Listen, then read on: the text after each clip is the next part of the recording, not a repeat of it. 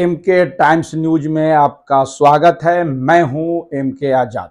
आज हम बात करेंगे कि 2000 का जो नोट को आरबीआई ने जो 30 सितंबर तक के लिए लीगल टेंडर में रहने दिया, उसके बाद बंद करने की जो बातें चल रही है, इसी पर आज हम बात करने जा रहे हैं। जी हाँ, आरबीआई के अनुसार अब जो है सिर्फ 30 सितंबर तक 2000 के नोट लीगल टेंडर में रहेंगे और 30 सितंबर तक अपने नोट आप बदल सकते हैं।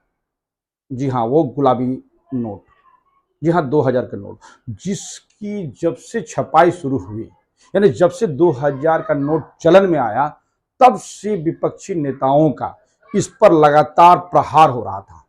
उन लोगों का पहले से इस बात पर शक था कि 2000 का नोट काले धन को बढ़ावा देने का काम करेगा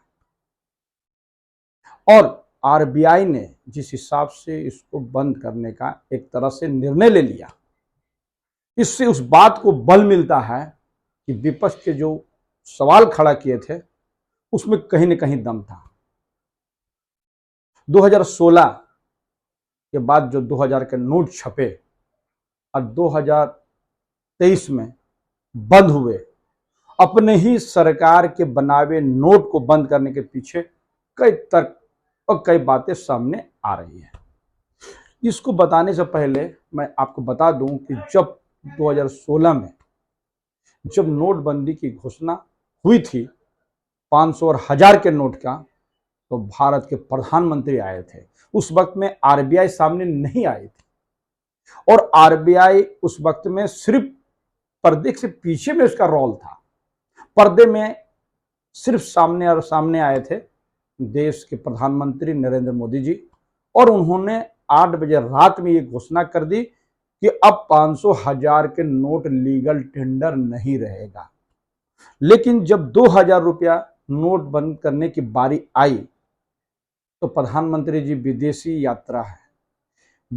यात्रा पर हैं और आरबीआई उनके गाइडलाइन पर अपने डिसीजन ले ली।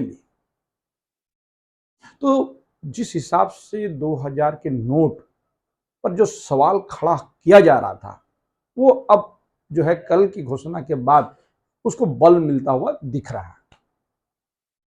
बड़ी लंबी कहानी है, लंबी फेहरिस्त है, विपक्ष के अपने दावे हैं और सत्ता पक्ष में बैठे लोगों की अपनी दलीलें होती है, उनकी अपनी व्यवस्थाएं होती है और विपक्ष को हर बात पे सवाल खड़ा करने का और कई मुद्दे पे चाहे जानकारी या अनबुझ होकर भी विपक्ष के लोग तो विरोध करते ही हैं।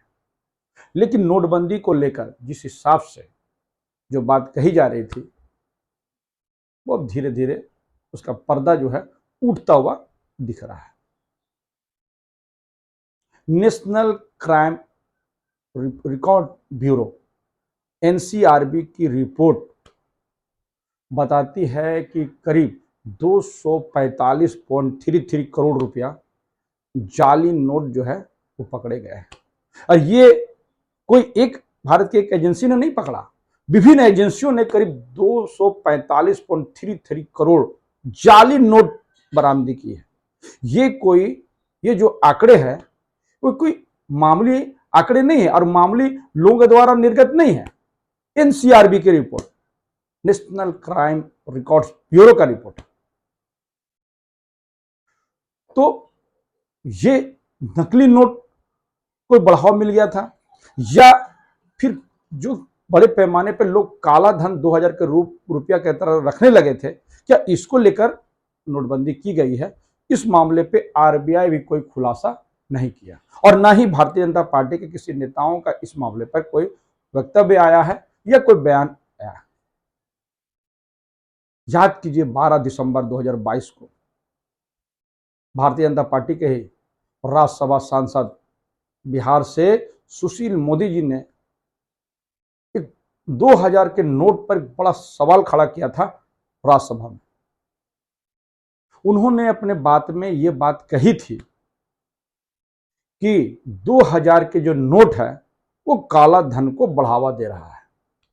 स्पष्ट तौर पर सुशील मोदी जी ने कहा कि 2000 के नोट काले धन को बढ़ावा दे रहा है। और वो यही नहीं रुके, उन्होंने कहा मनी लॉन्ड्रिंग और आतंकवादी के वित्त पोषण में भी 2000 के नोट के अहम रोल होता हुआ नजर आ रहा है। ये बात राज्यसभा में सुशील मोदी जी ने कहा। तो क्या, और उन्होंने आगे कहा, उन्होंने ये बात आगे भी कहा कि पिछले 3 वर्षों से, यानी जब 2022 में उनका बयान है, उससे पिछले में अगर आप जाइएगा तो वो 2019 की बातें आ रही है। उनका कहना था कि पिछले 3 वर्षों से आरबीआई 2000 के नोट नहीं छाप रहा है। तो क्या पिछले 2019 में ही भारतीय रिजर्व बैंक ने करीब करीब 2000 के नोट छापने बंद कर दिए थे? आम आदमी के पास तो करीब 2 साल से ऊपर हो गया, 2000 का नोट आम आदमी नहीं देख रहा है। ये तो पूरे मार्केट के हर लोग कह देंगे, भारत के हर लोग इस बारे पे कहेंगे कि आम लोगों के पास 2000 के नोट नहीं है। तो सवाल ये है कि वो 2000 के जो नोट है वो गए कहां? और जिस हिसाब से भारत के प्रधानमंत्री ने ईडी, सीबीआई, आईटी को लेकर जिस हिसाब से छापे मारने का जो आदेश निर्गत किया और वो काले धन पर प्रहार की जो बात किया, क्या ये तीनों मिलकर भी काले धन को पूरी तरह से निकाल नहीं पाए कि आरबीआई को 2000 के नोट बदलने की आवश्यकता हुई या वापस करने की बात उनको कहना पड़ा? ये यक्ष प्रश्न जो है अभी लोगों के बीच में चर्चा का विषय है। ईडी के 2022 के सालाना रिपोर्ट बताती है कि करीब 245 करोड़ रुपया जो काला धन जो है वो जो पकड़ा गया है, वो उस पर अपने अपने राय और मशवरा वो लोग दे रहा है, वो अपनी बातें कह रहा है। तो जो चर्चा का विषय अभी है कि क्या 2000 के नोट जो बंदी करने के पीछे काला धन पर लगाम लगाने की बात है कि बड़े पैमाने पर जाली नोट मार्केट में आ गया। सरकारी रिपोर्ट्स बताते हैं कि पाकिस्तान, बांग्लादेश और म्यांमार के रास्ते बड़े पैमाने पर जाली नोट भारत में आ रहे हैं। तो ये दोनों विषय, जाली नोट की बढ़ती व्यवस्था को रोकने के लिए या फिर काला धन को रोकने के लिए ये किया गया, ये दोनों के बीच में अभी चर्चा चल रहा है। इसी बात को लेकर विपक्ष के अपने अपने दावे हैं और विपक्ष का यह भी सवाल खड़ा करना कि आरबीआई यहां फैसला भारत में ले रहा है और भारत के प्रधानमंत्री विदेश यात्रा में है, तो आरबीआई को इसमें फैसले लेने की आवश्यकता क्यों हुई? निश्चित तौर पर आरबीआई एक स्वतंत्र एजेंसी है जो अपने फैसले खुद करती है, लेकिन जब नोटबंदी के बारे में आई तो आरबीआई सामने नहीं आई, उस वक्त में भारत के प्रधानमंत्री सामने में आए। इसी बात को लेकर जो है विपक्ष सवाल खड़ा कर रहा है।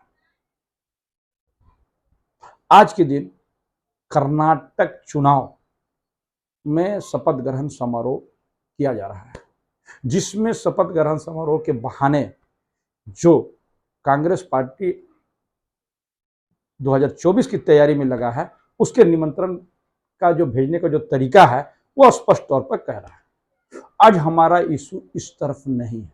कर्नाटक के बाद जब चली तो कहते हैं विपक्षों का ये कहना कि कर्नाटक चुनाव की जबरदस्त हार ने भारतीय जनता पार्टी को हर तरह से बैकफुट पे ला दिया है। अंदर खाने और बाहर खाने से मिल रही चुनौतियों का सामना करने के लिए भारतीय जनता पार्टी फिलहाल नाकाम नजर आ रही है। जी हाँ, बिल्कुल नाकाम नजर आ रही है, ये कहना सत्ता पक्ष के लोगों का है।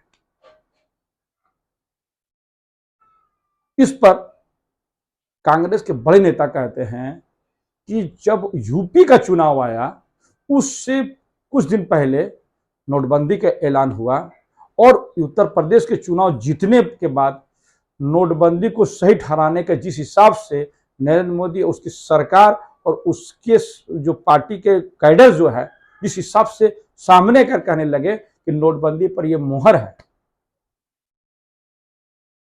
फिर विपक्ष के लोग यही सवाल खड़ा कर रहे हैं कि आने वाले साल के अंत में चुनाव से पहले सितंबर तक जो वापसी हो रही है 2000 के नोट, वो उसको के मद्देनजर, यानी इस तीनों चुनाव जो मध्य प्रदेश में हो रहा है, राजस्थान में और छत्तीसगढ़ को जो चुनाव हो रहा है, इसके मद्देनजर ही भारत के प्रधानमंत्री नरेंद्र मोदी और भारतीय जनता पार्टी ने इसको करवाया।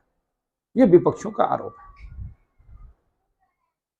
इसमें कितनी सच्चाई है और कितनी मिथ्या है तो आने वाला समय बताएगा। लेकिन राजनीति में जो बातें चर्चा का विषय बनता है, राजनीतिक गलियारों में जो बात चलते रहती है, उस पर मीडिया के लोग तो अपनी बात कहते ही हैं।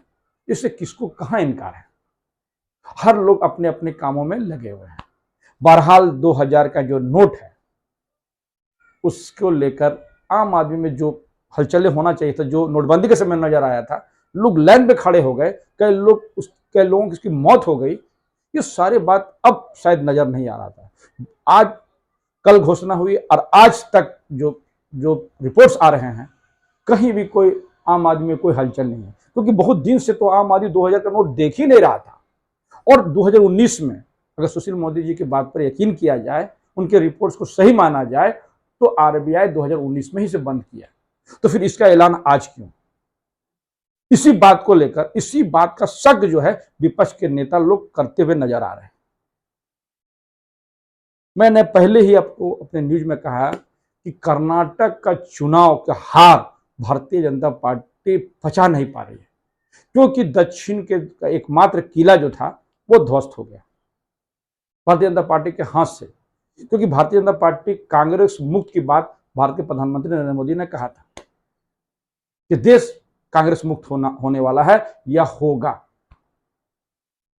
दोनों बातें हैं, लबोलबाब जो निकल के आ रहा है। लेकिन जिस हिसाब से भारतीय जनता पार्टी के एकमात्र किला जो है कर्नाटक था वो भी ध्वस्त हो गया, तो कांग्रेस के लोगों का यह कहना कि भारतीय जनता पार्टी दक्षिण में मुक्त हो गई है, यानी दक्षिण भारत भाजपा मुक्त हो गई है, इसको कहा गया। नोटबंदी से आने वाले चुनाव, मध्य प्रदेश, छत्तीसगढ़ और राजस्थान के चुनाव में क्या असर होता है वो तो रिजल्ट्स बताएंगे। लेकिन भारतीय जनता पार्टी किसी भी राज्यों में जो सर्वे आ रहा है, फिलहाल जो सर्वे आ रहा है, मध्य प्रदेश में भी और राजस्थान में भी और छत्तीसगढ़ में बहुत अच्छा करने नहीं जा रही है। इसी को लेकर शंकाएं हैं। तो नोटबंदी के लिए जो मार्केट में जो बात आ रही थी, उसी बातों को लेकर आज जो मैं सामने आया। तो अगर मेरे ये वीडियो आपको पसंद आया तो कमेंट्स बॉक्स में जरूर कमेंट्स करें और हमारा न्यूज़ को सब्सक्राइब करना ना भूलें। नमस्कार।